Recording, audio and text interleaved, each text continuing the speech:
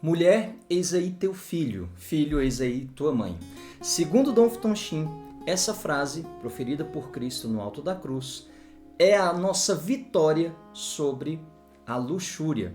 Bem-vindo a mais um vídeo dessa série que nós do Centro de Estudos Imago Dei, em Teologia do Corpo, preparamos para você com muito carinho, com muita oração. Eu me chamo Vinícius e nessa aula nós vamos juntos meditar as reflexões do bispo norte-americano sobre a cura da luxúria. O que ele consegue ver nessa frase, como ela nos sustenta e é a vitória sobre este pecado capital, este vício que está, de certa forma, impregnado em nós. Então, fica comigo até o final e descubra como que isso acontece. Essa frase é tirada do Evangelho de São João, no capítulo 19, nos versículos de 25 a 27. Então, Dom Futon Shin, ele faz uma lécio divina, uma leitura orante da Sagrada Escritura. Assim diz a passagem: junto à cruz de Jesus estavam de pé sua mãe, a irmã de sua mãe, Maria, mulher de Cleofas, e Maria Madalena. Quando Jesus viu sua mãe e perto dela o discípulo que amava, disse à sua mãe: mulher, eis aí teu filho. Depois disse ao discípulo: eis aí tua mãe. E dessa hora em diante, o discípulo a levou para a sua casa. Então, nossa meditação aqui nessa aula vai ser baseada nessa frase e o que Dom Futon Shin conseguiu perceber ao longo aí dessa sua própria meditação. Ele começa esse capítulo que ele dedica à cura do vício da luxúria, nos relembrando que a luxúria é o amor desordenado pelos prazeres da carne. E aí ele vai lembrar o que a gente falou na aula passada. O próprio Deus associou o prazer sexual. Foi o próprio Deus que nos deu como dom, como dádiva, o prazer sexual. O que Dom Futon Shin chama atenção? Esse prazer ele se torna pecaminoso quando, ao invés de usá-lo como meio, nós começamos a usá-lo como o fim. E aí ele diz a seguinte frase: nunca são os puros que dizem que a castidade é impossível, mas somente os impuros. Julgamos os outros por nós mesmos e atribuímos aos outros os vícios dos quais recusamos nos abster. Dom Futon Shin faz então a seguinte análise. Nesse pensamento do mundo, nesse pensamento mundano, onde que absurdo viver a castidade, que absurdo viver esse ensinamento que a igreja diz sobre a sexualidade, isso é uma castração. Ele vai dizer, olha, não são os castos, não são os puros, não são aqueles que vivem segundo os ensinamentos da igreja que gritam contra esses ensinamentos, mas são exatamente aqueles que vivem a impureza dos seus desejos. E aí ele vai falar que a reparação pelos pecados da carne começou no primeiro instante da encarnação, através de um nascimento virginal. Nós vamos sempre tocar nessa tecla, para que você guarde na sua cabeça e deixe isso cair dentro do seu coração. A importância do mistério da encarnação. A encarnação não é algo acessório. A vinda de Cristo, Cristo assumir a nossa carne, Cristo ser verdadeiro homem, não é um prestígio, não é um preciosismo, não. Isto aqui é importantíssimo para a nossa fé. Então, está associado ao núcleo mais profundo da fé católica, o mistério da encarnação, da paixão, da morte e da ressurreição de nosso Senhor. E Dom Futon Shin vai falar que na cruz, nosso Senhor reparou os pecados da carne com a dilaceração da sua carne. Quando Cristo ele sobe no alto da cruz, vai dizer, a Catarina Emmerich, a beata, que por visões teve a graça por visões particulares, teve a graça de acompanhar o que aconteceu no Calvário. E ela vai narrar especialmente no momento da crucificação, que nosso Senhor, ele ficou nu. Nós vemos as imagens como algum pano que cobre ali as suas partes íntimas, né? Cobre os seus genitais, mas ela vai dizer que no primeiro momento foi arrancado tudo, e aí, né, algumas almas piedosas ou anjos, agora eu não me recordo, mas cobrem nosso Senhor para que ele não passe por mais essa vergonha. Mas veja, o fato de Jesus morrer nu na cruz vai mostrar que ele é o cumprimento da aliança de Deus, porque estando nu, a aliança do povo judeu se dava, né, ali pela circuncisão, ou seja, eles viam, é um judeu que está ali no alto da cruz. E também mostra que foi cumprido todos os requisitos de um homem, mais uma vez recordando a santíssima humanidade de nosso Senhor.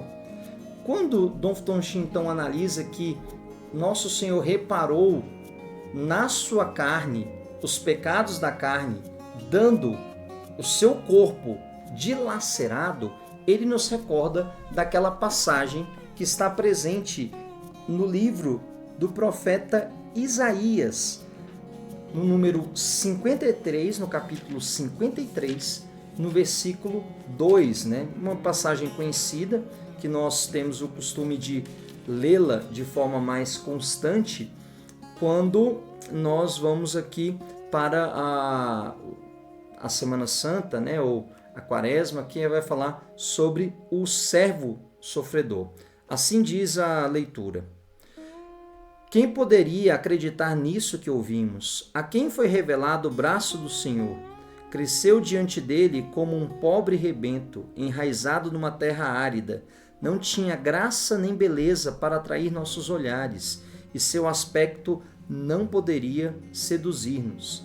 Era desprezado, era a escória da humanidade, homem das dores, experimentado nos sofrimentos, como aqueles diante dos quais se cobre o rosto. Era amaldiçoado e não fazíamos caso dele. Em verdade, ele tomou sobre si nossas enfermidades e carregou os nossos sofrimentos, e nós o reputávamos como um castigado, ferido por Deus e humilhado. Mas ele foi castigado por nossos crimes e esmagado por nossas iniquidades. O castigo que nos salva pesou sobre ele. Fomos curados graças às suas chagas. Veja que passagem belíssima, onde vai dizer da cura de nosso Senhor no alto da cruz de todos os pecados. Nesse vídeo específico, mostrar que Jesus, ele, ao morrer ali na cruz e falar esta passagem, mulher, eis aí teu filho, filho, eis aí a tua mãe, Dom Tonchi vai fazer a seguinte análise. Cristo deu até mesmo os afetos mais nobres que podem um coração humano possuir. Quais são esses afetos mais nobres? O amor materno e a amizade. Então, veja que a oferta de Cristo na cruz não é somente o seu corpo dado, o seu sangue derramado, mas Cristo nos dá tudo, mas tudo mesmo, até mesmo os seus afetos, a oferta dos seus afetos no alto da cruz, a purificação, a entrega dos seus afetos no alto da cruz gera purificação em nós.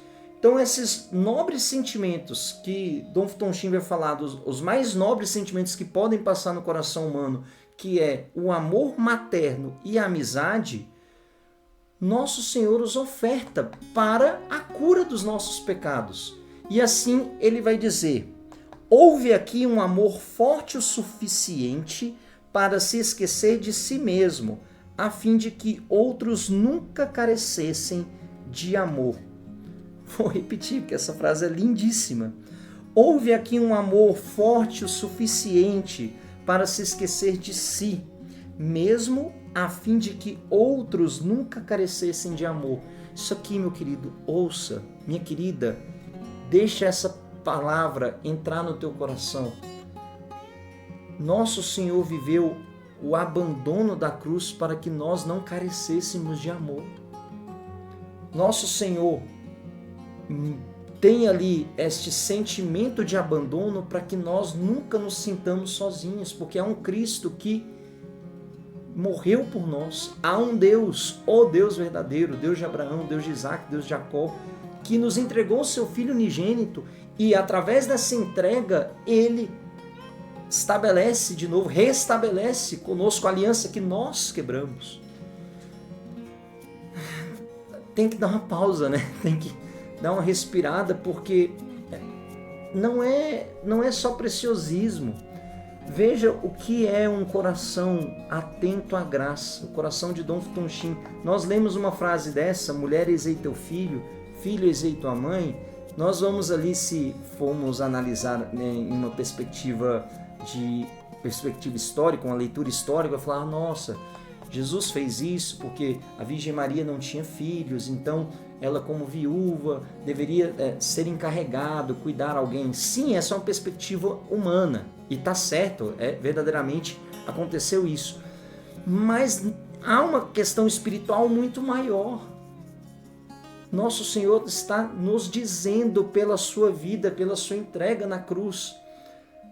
Meus queridos, os afetos, a desordem desses afetos, a visão despersonificada, a visão alienada que a luxúria traz, ela não condiz com a sua natureza humana, não condiz com a sua imago Dei, com a sua imagem e semelhança de Deus. Por isso, restitui essa imagem. E aí ele vai dizer essa frase: há duas lições a serem aprendidas na cruz. Primeira, que a única fuga real das exigências da carne é encontrar algo maior do que a carne para amar. E a segunda, Maria é o refúgio dos pecadores. Então a primeira delas, a única fuga real das exigências da carne é encontrar algo maior do que a carne para amar. O que é esse primeiro ponto que ele quer ensinar? Nós temos um coração dado por Deus que anseia por sentimentos nobres. Nós temos uma nobreza. E por vezes nós trocamos a nobreza dos nossos sentimentos por farelos, por migalhas de sensações e prazeres. Me explico e aprofundo isso. O prazer que vem de um ato luxurioso, como uma masturbação, como o pecado da fornicação, como o adultério e tantos outros, ele gera momentaneamente uma satisfação, mas passado esse ápice de satisfação, que é muito breve, vem com ele um vazio e uma dor profunda. Se nós ficarmos deixando nosso coração buscar essas realidades efêmeras, essas realidades pequenas, nós vamos querer cada vez mais nos alimentar disso. E nosso Senhor vai ensinar no alto da cruz a nobreza dos nossos afetos. Olha como a liberdade, que é um dom próprio da natureza humana, próprio da pessoa, né? E aqui especificamente da pessoa humana, a liberdade é poder você contrariar-se por amor.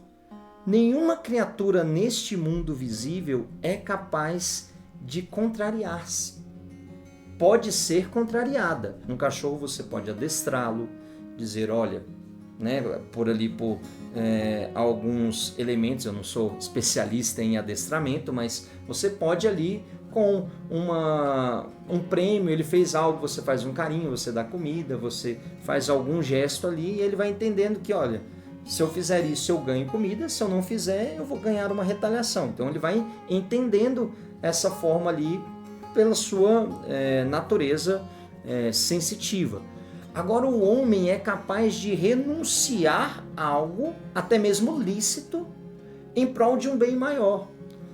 Exemplo, nós podemos fazer jejum, nós podemos nos abster dos prazeres da carne para educar o nosso corpo a querer as coisas elevadas.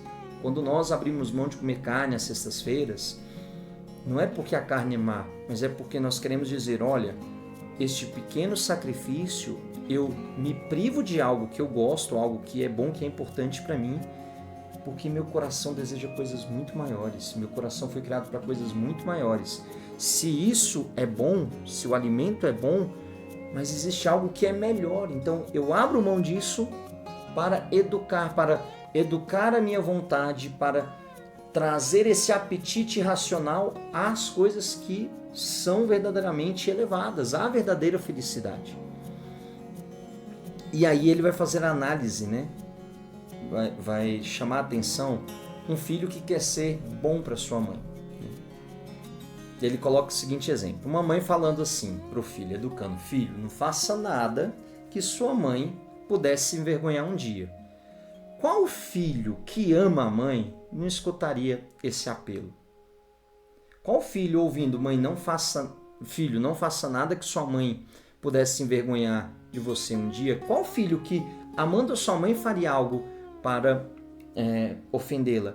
Então a mesma coisa que ele traz essa analogia, se nós fazemos isso com nossa mãe, que por maior amor que nós temos a ela, perante Deus ela é infinitamente menor, quanto mais aquele que nos trouxe a existência nos pede, não faça nada de que eu, teu Pai do céu, possa me envergonhar. E aí ele vai trazer esse sentido sagrado do afeto. Ele vai sacralizar as relações porque o outro é chamado ao sagrado.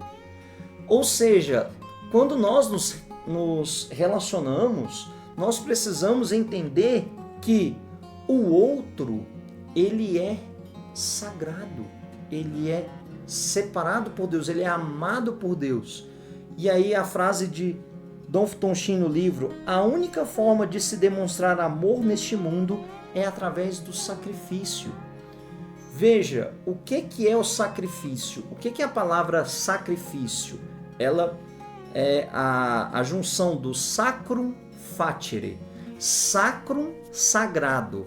Facere, fazer. Ou seja, o que é sacrificar? É tornar sagrado. É dar um ar de sacralidade àquilo que se faz. Olha que bonito, na nossa cultura nós temos a ideia de que sacrifício é somente algo penoso, sacrifício eu estou perdendo algo, tem sim essa dimensão, mas o propósito do sacrifício, do verdadeiro sacrifício, é tornar sagrado. Quando eu me abstenho de um alimento, eu estou dizendo, eu quero tornar sagrado a minha devoção a Deus, eu quero tornar sagrado o meu afeto por Deus, por isso eu abro mão de algo para ser mais leve, para ir em direção.